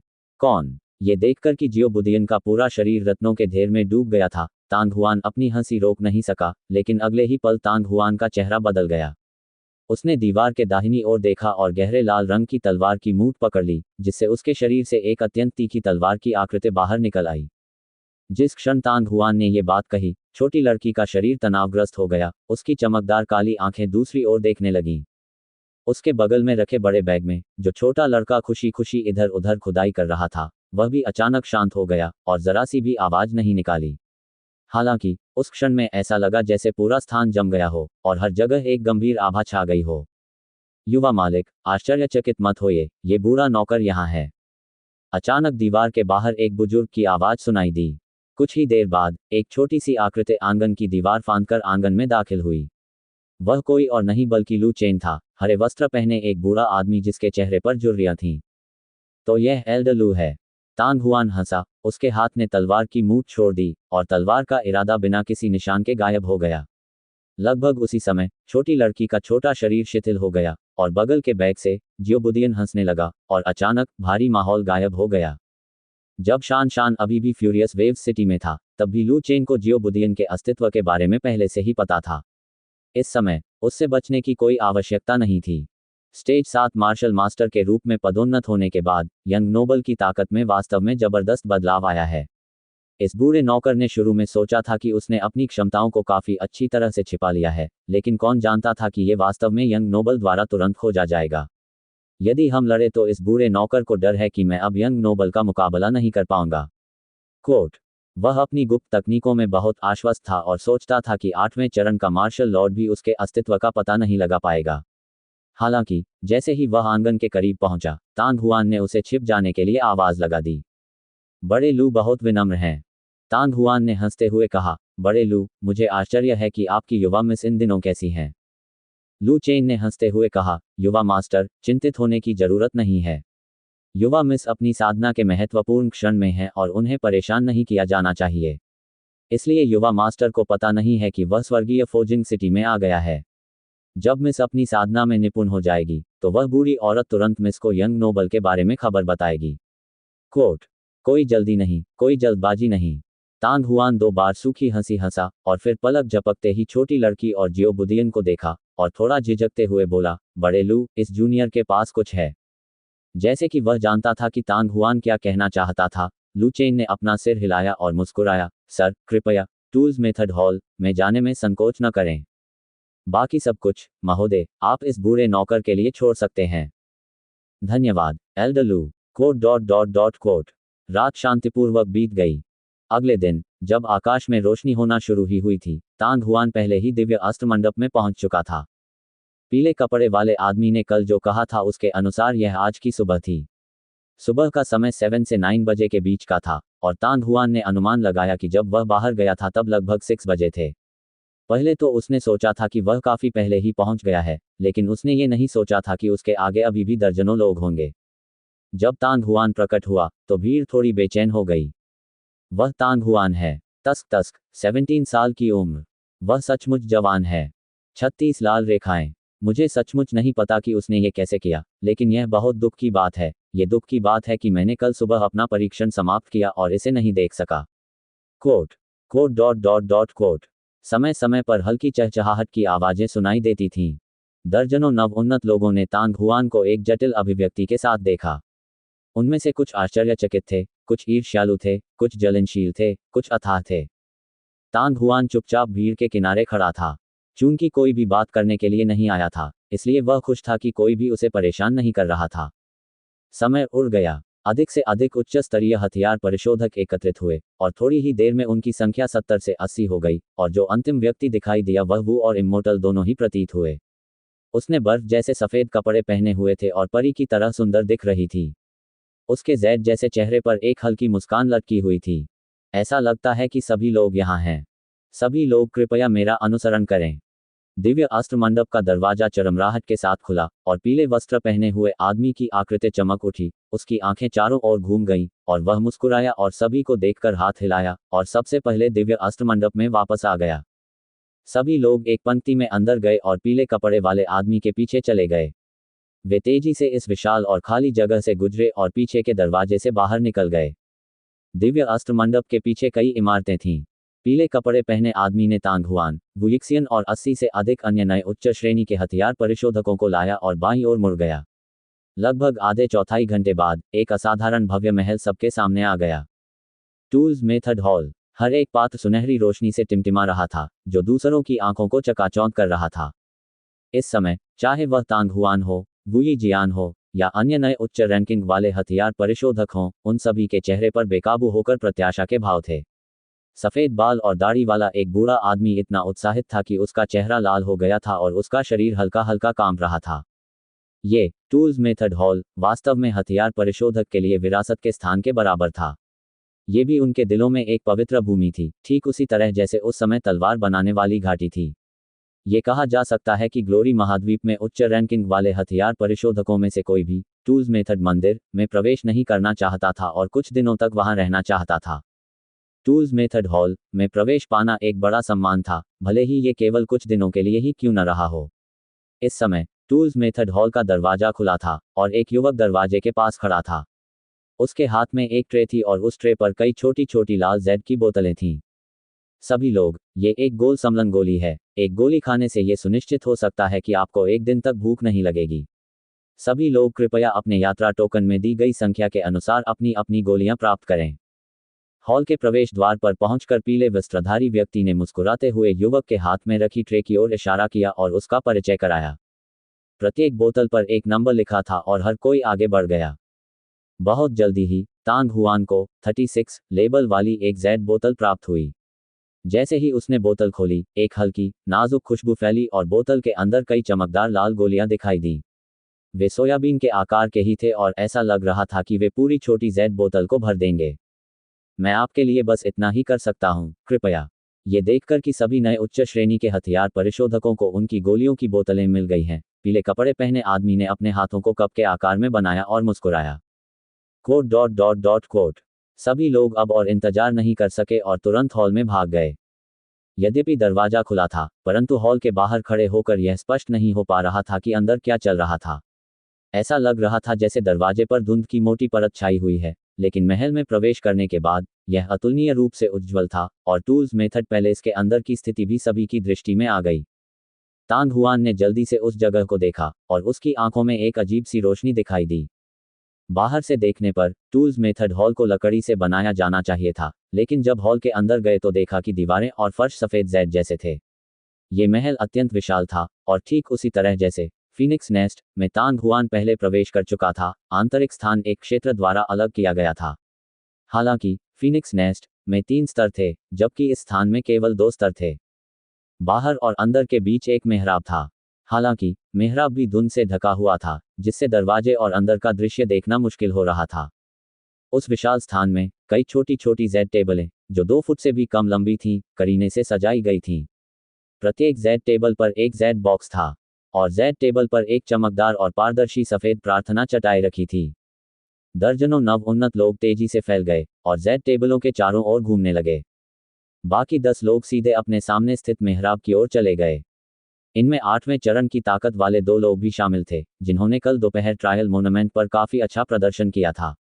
ये देखकर तांग हुआन को आश्चर्य हुआ, अंदर और बाहर में क्या अंतर था। भाई तांग हुआन, क्या आप पवित्र हॉल के आंतरिक गर्भगृह में जाने में रुचि रखते हैं? इसी समय एक स्पष्ट आवाज उसके कानों में पड़ी। ये वू यीशन की आवाज थी, जो मुस्कुराते हुए उसकी ओर आ रही थी। भाई वू, तो पवित्र महल के अंदर क्या है? तांग हुआन वास्तविकता में वापस आया और हंसा। वू यी जियान ने स्पष्ट रूप से नहीं सोचा था कि तांग हुआन उससे ऐसा सवाल पूछेगा, और उसने चकित होकर पूछा, भाई तांग हुआन, तुम्हें नहीं पता? मैं केवल इतना जानता हूं कि टूल्स मेथड मंदिर में ग्रैंडमास्टर के हस्तलिखित शोधन पत्रों की एक बड़ी संख्या है। तांग हुआन हंसा। हाँ, ये सच है। पवित्र हॉल की आंतरिक और बाहरी परत के बीच 2 मुख्य अंतर हैं। पहला ये कि आंतरिक परत सबसे शक्तिशाली हथियार परिशोधन ग्रैंड मास्टर के पत्रों से भरी हुई है, जैसे कि 200 साल पहले के सम्राट गोंगसन वेंजुन, 600 साल पहले के हथियार परिशोधन ग्रैंड मास्टर गोंगशाओ, और यहाँ तक कि हथियार परिशोधन ग्रैंड मास्टर व्हाइट क्रेन, जो कई हजार साल पहले 5 महान आध्यात्मिक अग्नि में से एक, रंगीन ग्लेज आध्यात्मिक अग्नि, के साथ विलीन हो गए थे। बाहरी परत पर जो हैं, वे कुछ हद तक साधारण ग्रैंडमास्टरों द्वारा हस्तलिखित हैं। बेशक, इस तरह की समानता केवल माउंटेन रिवर सम्राट और अन्य के सापेक्ष ही है। हथियार शोधन ग्रैंड मास्टर जो टूल्स मेथड हॉल की विरासत प्राप्त कर सकता है, चाहे उनमें से कोई भी मार्शल आर्ट या टूल्स मेथड के रास्ते में प्रसिद्ध प्रतिभाशाली हो। कोट, तो यह ऐसा ही है। पब फ्यूचर द्वारा विज्ञापन। तांग हुआन मुस्कुराया और सिर हिलाया, लेकिन उसका मन बुरी तरह हिल गया था। किसने सोचा होगा कि टूल्स मेथड मंदिर के भीतरी क्षेत्र में एक हथियार शोधन ग्रैंड मास्टर का पत्र होगा जो आध्यात्मिक अग्नि के साथ जुड़ गया था। 5 महान आध्यात्मिक अग्नि में से रंगीन चमकदार आध्यात्मिक अग्नि 5 तत्वों से संबंधित थी। कुछ हजार वर्षों के बाद हथियार शोधन grand master white crane Ming निश्चित रूप से बहुत पहले ही मर गए होंगे, लेकिन कौन जानता था कि रंगीन ग्लेज आध्यात्मिक आग, जिसके साथ उन्होंने पहले विलय किया था, अब कहाँ थी? वू यीशन ने मुस्कुराते हुए कहा, एक और अंतर यह है कि आंतरिक परत में मौजूद बर्निंग स्पिरिट जेड्स बाहरी परत की तुलना में 2 गुने प्रभावी हैं। जलती हुई आत्मा जैड। तांग हुआन थोड़ा चौंका और तुरंत अपने पास पड़ी प्रार्थना की चटाई की ओर इशारा करते हुए बोला, क्या तुम उनके बारे में बात कर रहे हो? टूल्स मेथड सेक्रेड हॉल में प्रवेश करने के बाद तांग हुआन ने पहले ही देखा था कि सफेद जेड प्रार्थना में असामान्य थे। प्रार्थना की चटाई के अंदर ऐसा प्रतीत होता था कि अत्यंत गहन और राजसी शक्ति छिपी हुई है। बिल्कुल, वू यी जियान ने सिर हिलाया। एक बार इस बर्निंग स्पिरिट जेड में निहित शक्ति सक्रिय हो गई, तो ये शरीर में प्रवेश करना जारी रखेगी। यह आध्यात्मिक मेरिडियन को व्यापक बना सकता है और मांस शरीर को संयमित कर सकता है। ऐसी स्थिति में हम किस बात का इंतजार कर रहे हैं? तांग हुआन हंसा। इसमें कोई आश्चर्य नहीं कि प्रत्येक नए उच्च स्तरीय हथियार परिशोधक को टूल्स मेथड मंदिर में प्रवेश करने के लिए मिलने वाले दिनों की संख्या के बारे में इतनी चिंता थी। भले ही यह दूसरों की तुलना में सिर्फ एक दिन अधिक हो, फिर भी वे लंबे समय तक खुश रहेंगे। सामान्य परिस्थितियों में उन्हें नए उन्नत हथियार परिशोधकों के लिए बर्निंग स्पिरिट जेड से अधिक पुरस्कार प्राप्त करने से पहले स्वाभाविक रूप से टूल्स मेथड हॉल में अधिक समय तक रहना होगा। जब तांग हुआन और वू यी जियान क्रमशः मेहराबदार दरवाजे पर पहुंचे, तो वहां पहले से ही 20 से अधिक लोग इकट्ठे थे। तांग हुआन ने जो महसूस किया था, उसके अनुसार उनमें से अधिकांश 8वें चरण के मार्शल लॉर्ड होंगे। हालांकि अप्रत्याशित बात यह थी कि ये सभी लोग एक दूसरे को घूरते हुए दरवाजे पर इंतजार कर रहे थे। मैं पहले जाऊंगा। अंततः एक लंबा और मजबूत अधेड़ व्यक्ति अपने आप को रोक न सका और आगे बढ़ा। एक क्षण बाद उसकी छवि गोलाकार मेहराबदार दरवाजे के भीतर से गायब हो चुकी थी, मानो वह पहले ही धुंध से ढक चुका था। हालांकि कुछ ही देर बाद एक भारी भरकम आकृति उड़ी और भारी होकर जमीन पर आ गिरी। ये पहले वाला ही मोटा मध्यम आयु का आदमी था। वह मोटा आदमी फिर से काप की तरह खड़ा हो गया, लेकिन वह थोड़ा शर्मिंदा था। उदास चेहरे के साथ वह मुड़ा और चला गया, क्योंकि वह अब और नहीं रुकना चाहता था। इस आंतरिक गर्भगृह में प्रवेश करना वास्तव में आसान नहीं है। हमें कार्य करने से पहले स्वयं को तैयार कर लेना चाहिए। मुझे आश्चर्य है कि इस बार कितने लोग सफलतापूर्वक आंतरिक परत में प्रवेश कर पाएंगे। कोट। कई नए उच्च श्रेणी के हथियार परिशोधक बुदबुदा रहे थे, लेकिन उनकी नजरें तांग हुआन और वू यिक्सियन पर थीं। आखिरकार इतने सारे लोगों में से केवल 2 लोगों को ही सर्वोत्तम परिणाम मिले। भाई तांग हुआन, मैं पहले निकलूंगा। वू यीशन मुस्कुराया और फिर सबकी निगाहों के सामने वह इत्मीनान से आगे बढ़ गया। पलक झपकते ही उसका स्वरूप गायब हो गया। कुछ ही सांसों में उसका शरीर भी बिना किसी निशान के गायब हो गया। लगता है वह अंदर चला गया। तांग हुआन के कदम आगे बढ़ गए और उसने आगे कोई देरी नहीं की। इस समय तांग हुआन ने पहले से ही नौ यांग दिव्य भट्टी और आत्मा गोली दोनों को सक्रिय कर दिया था। उसके शरीर के अंदर असीम वास्तविक क्यूई एक हिंसक तूफान की तरह बढ़ने लगी। ऐसा प्रतीत होता है कि जैसे ही उसने मेहराबदार दरवाजे में कदम रखा, तांग हुआन को एक असाधारण दबाव महसूस हुआ। उस दबाव ने न केवल मांस शरीर को निशाना बनाया, बल्कि इसका सीधा असर आत्मा पर भी पड़ा। इसके अलावा आत्मा पर जो दबाव था वह मांस शरीर की तुलना में कहीं अधिक था। तांग हुआन वहीं रुक गया और उसका शरीर थोड़ा कांपने लगा। लेकिन अगले ही पल तांग हुआन की आत्मा की गहराई में एक अतुलनीय राजसी तलवार की मंशा अचानक बाहर की ओर फूट पड़ी, जो लगातार उस पर पड़ रहे दबाव को चकनाचूर कर रही थी। इसके बाद तांग हुआन का शरीर माउंट की तरह स्थिर हो गया। इस समय तांग हुआन को अंततः समझ में आया कि इस जगह का मुख्य परीक्षण नए उच्च रैंक वाले हथियार परिशोधक की आत्मा थी। यदि आत्मा पर्याप्त रूप से मजबूत होगी तो वह स्वाभाविक रूप से दबाव के हमले का विरोध करने और महल के आंतरिक घेरे में प्रवेश करने में सक्षम होगी। हालांकि यदि किसी की आत्मा दबाव में बहुत कमजोर हो तो उसकी चेतना क्षण भर के लिए स्तब्ध हो जाएगी। यदि स्टेज 7 का मार्शल मास्टर स्पष्ट अवस्था में हो तो उनका मांस शरीर निश्चित रूप से उस दबाव को झेलने में सक्षम होगा जो उन पर आ रहा था। हालांकि जब उनकी चेतना धुंधली हो गई तो परिणाम स्पष्ट हो गया। तांग हुआन के 108 तलवार सील के साथ विलय के बाद उसकी आत्मा अतुलनीय रूप से मजबूत हो गई थी। इस तरह का दबाव तांग हुआन की आत्मा को हिला नहीं सका। परिणामस्वरूप मांस शरीर का दबाव स्वाभाविक रूप से तांग हुआन को रोकने में असमर्थ था। यद्यपि उसकी दृष्टि धुंधली थी, तांग हुआन का मन शांत था। वह बिना किसी जल्दबाजी के आगे चला गया और 9 कदम चलने के बाद दबाव अचानक गायब हो गया और तांग हुआन की आंखों के सामने सब कुछ स्पष्ट हो गया। महल का आंतरिक स्थान बाहरी स्थान की तुलना में बहुत छोटा था। अंदर भी छोटी जेड टेबलों की कतारें लगी हुई थीं। मेज पर जेड बक्से रखे थे और मेज पर बर्निंग स्पिरिट जेड से बनी एक प्रार्थना चटाई रखी थी। तांग हुआन ने जल्दी से गिनती शुरू की। आंतरिक परत में कुल 38 जेड टेबल थीं। वू यीशन वर्तमान में जेड टेबल के बीच चल रहा था। लेकिन जो बात कुछ अलग थी वह ये थी कि बाहर हर छोटी मेज पर एक हथियार शोधन ग्रैंड मास्टर का नाम और जीवन लिखा हुआ था। बक्से में संभवतः ग्रैंड मास्टर का हस्तलिखित पत्र था। हालांकि इस भीतरी परत में जेड बॉक्स के ढक्कन पर केवल आर्टिफैक्ट शब्द लिखा हुआ था। इसके अलावा कोई और संकेत नहीं था।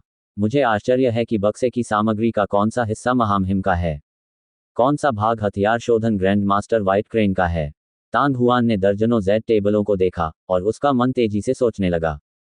भाई तांग हुआन, प्रत्येक उच्च रैंकिंग वाले हथियार परिशोधक जो इस टूल्स मेथड हॉल की आंतरिक परत में प्रवेश करता है, उसके पास चुनने का केवल एक ही मौका होता है। आपको अपना कदम उठाने से पहले इस बारे में सुनिश्चित होना चाहिए। यहाँ मौजूद हर एक हथियार परिशोधन ग्रैंड मास्टर जो अपने पीछे एक पत्र की विरासत छोड़ गए हैं, वे सभी बेहद शक्तिशाली हैं, लेकिन उनमें से सभी आपके लिए उपयुक्त नहीं हैं। वू यी जियान ने अपने कदम रोक दिए और पलक झपकते ही तांग हुआन को देखा और मुस्कुराते हुए कहा, बेशक आपको बहुत घबराने की जरूरत नहीं है। भले ही आपने जो विरासत चुनी है वह आपके लिए उपयुक्त न हो, फिर भी आप उससे सीख सकते हैं। और इसके अलावा दर्जनों दिनों तक आंतरिक गर्भगृह में साधना करना कोई छोटी उपलब्धि नहीं है। याद दिलाने के लिए धन्यवाद भाई वू। तांग हुआन ने सिर हिलाया और कृतज्ञता से कहा। वू यीशन हल्के से मुस्कुराया और चलते हुए निरीक्षण करना जारी रखा। हालांकि तांग हुआन ने भौहें सिकोड़ लीं। उसने जेड बक्से को एक एक करके खोलने के बारे में सोचा था, लेकिन सौभाग्य से वू यी ने उसे समय पर चेतावनी दी थी, अन्यथा उसे शायद पहले बॉक्स में आइटम चुनना पड़ता। दिव्य शस्त्र मंडप के लिए यह उचित था कि वह जेड बॉक्स या जेड टेबल पर कोई संकेत न दे तथा ऐसा नियम बना दे। आखिरकार हर बार केवल एक या दो लोगों का टूल्स मेथड हॉल में प्रवेश करना असंभव था, इसलिए यदि वे बाहर वाले की तरह होते और एक ही नज़र में बता पाते कि बॉक्स के अंदर कौन है, तो इससे आसानी से भयंकर लड़ाई हो सकती थी। थोड़ी देर बाद तांग हुआन ने भी वू यी का उदाहरण अपनाया और जेड टेबलों के बीच धीरे धीरे चलने लगा। सभी जेड बक्से बिल्कुल एक जैसे थे। ढक्कन पर अलग आर्टिफैक्ट को छोड़कर कोई अंतर नहीं था। यदि वह यह निर्धारित करना चाहता था कि कौन सा पत्र उसके लिए उपयुक्त है, तो वह केवल ढक्कन पर लिखे अक्षर के अवलोकन के आधार पर ही निर्णय ले सकता था। सोचते समय तांग हुआन की नज़र उसके सामने रखे एक जेड बॉक्स पर पड़ी। टूल शब्द का प्रत्येक शब्द अतुलनीय रूप से तीखा था, मानो उन्हें चाकुओं या कुल्हाड़ियों से तराशा जा रहा हो। ऐसा लगता था मानो किसी को हथियारों की एक ऐसी दुनिया में रख दिया गया हो जो अपनी तीक्ष्णता प्रदर्शित कर रही हो। तांग हुआन ने भौहें सिकोड़ लीं, उसकी नज़र जेड बॉक्स पर गई। ये वही शब्द उपकरण था, लेकिन इसके प्रहार कोमल और सुंदर थे। ऐसा लग रहा था जैसे ये किसी महिला के हाथों से आया हो और इसमें लोगों को सांत्वना देने की शक्ति हो। इसे देखकर सचमुच दिल बहुत शांत हो गया। तांग हुआन ने अनुमान लगाया कि ढक्कन पर अंकित अक्षर संभवतः हथियार शोधन करने वाले ग्रैंड मास्टर की कुछ विशेषताओं का प्रतिनिधित्व करते हैं। आखिरकार, जो लोग अपने हाथों से पत्र छोड़ गए थे, वे ज्यादातर हजारों साल पहले के लोग थे। उस समय इस दुनिया में दिव्य हथियार मंडप भी नहीं थे। तांग हुआन ने उनमें से प्रत्येक को देखा, और जैसे ही उसने 10वें को देखा, उसने हार मान ली। कोई भी व्यक्ति केवल दिखावट ही देख सकता था। इसे देखकर जो चाहिए उसे पाना कठिन था। एक विचार के साथ तांग हुआन वहीं रुक गया और अपनी आंखें थोड़ी सी बंद कर लीं। अगले ही क्षण तांग हुआन ने अपना मन शांत किया और ध्यान केंद्रित किया, और डेंटियन के भीतर नौयांग दिव्य भट्टी और आत्मा गोली धीरे धीरे चरम सीमा तक सक्रिय हो रही थी। अनजाने में तांग हुआन को ऐसा महसूस हुआ जैसे उसका पूरा अस्तित्व उसके आसपास के अंतरिक्ष के साथ एक हो गया हो। धारणा क्षमता लगातार खतरनाक दर से बढ़ती रही और बहुत जल्दी ही यह अभूतपूर्व स्तर पर पहुंच गई। तभी तांग हुआन ने ऊर्जा तरंगों को देखा। ऊर्जा में उतार चढ़ाव जो बर्निंग स्पिरिट जेड प्रार्थना मैथ से उत्पन्न हुए थे, साथ ही आभा में उतार चढ़ाव जो चुड़ैल और अमर के शरीर से उत्सर्जित हुए थे। इसके अलावा ऊपर, जमीन पर, आसपास की दीवारों में और यहाँ तक कि पीछे के दरवाजों से भी हर तरह की अजीब आभा की लहरें थीं जो रेशम के धागों की तरह बाहर निकलती हुई प्रतीत होती थीं। हालांकि इस समय तांग हुआन की दिलचस्पी इनमें नहीं थी, बल्कि मेज पर रखे जेड बॉक्स से आने वाली चमत्कारी लहरों में थी। ठीक उसी तरह जैसे जेड बॉक्स जिसे तांग हुआन ने पहली बार देखा था, जेड बॉक्स से रिसने वाली स्पिरिट क्यू बॉक्स के ऊपर जम गई। इसका आकार तलवार जैसा था और दूसरे बॉक्स से स्पिरिट क्यू एक अनोखे दिखने वाले ब्लेड में परिवर्तित हो गई। अन्य जेड बक्सों की स्थिति भी ऐसी ही थी। क्या यह हो सकता है कि आभा का यह उतार चढ़ाव विभिन्न हथियार शोधन ग्रैंड मास्टर के गौरव में बदल गया? तांग हुआन का मन थोड़ा सा हिला। सामान्यतः कहा जाए तो ताइयिन जैसे कुछ हथियार परिशोधकों को छोड़कर, जो केवल तलवारें बनाने पर ध्यान केंद्रित करते थे, अधिकांश हथियार परिशोधक सभी प्रकार के हथियार बनाना जानते थे। फिर भी अभी भी कुछ श्रेणियां थीं जिनमें प्रत्येक हथियार परिशोधक सबसे अधिक कुशल था। उदाहरण के लिए तांग हुआन ने स्वयं, हालांकि उसने ब्लेड, भाला, तलवार, छड़, कुल्हाड़ी, हथौड़ा और कई अन्य हथियार बनाए थे, लेकिन वह जिस हथियार को बनाने में सबसे अधिक कुशल था, वह वास्तव में तलवार ही थी, ब्लेड और भाला नहीं। हथियार परिशोधक का कोई भी गौरवपूर्ण कार्य उस हथियार के प्रकार से आया होगा जिसे बनाने में वह सबसे अधिक निपुण था। कुछ ही देर बाद तांग हुआन का ध्यान महल के केंद्र में स्थित एक जेड बॉक्स पर केंद्रित हुआ। बक्से के भीतर की आभा में उतार चढ़ाव हुआ और हवा में एक अत्यंत सुंदर लंबा धनुष दिखाई दिया। इसके अलावा धनुष के आकार ने तांग हुआन को एक परिचित सा एहसास दिया, मोर पंख। अगले ही पल वे शब्द तांग हुआन के दिमाग में कौंध गए, लेकिन उसके बाद वह दंग रह गया, क्योंकि वू यी जियान वास्तव में जेड बॉक्स के ठीक बगल में खड़ा था।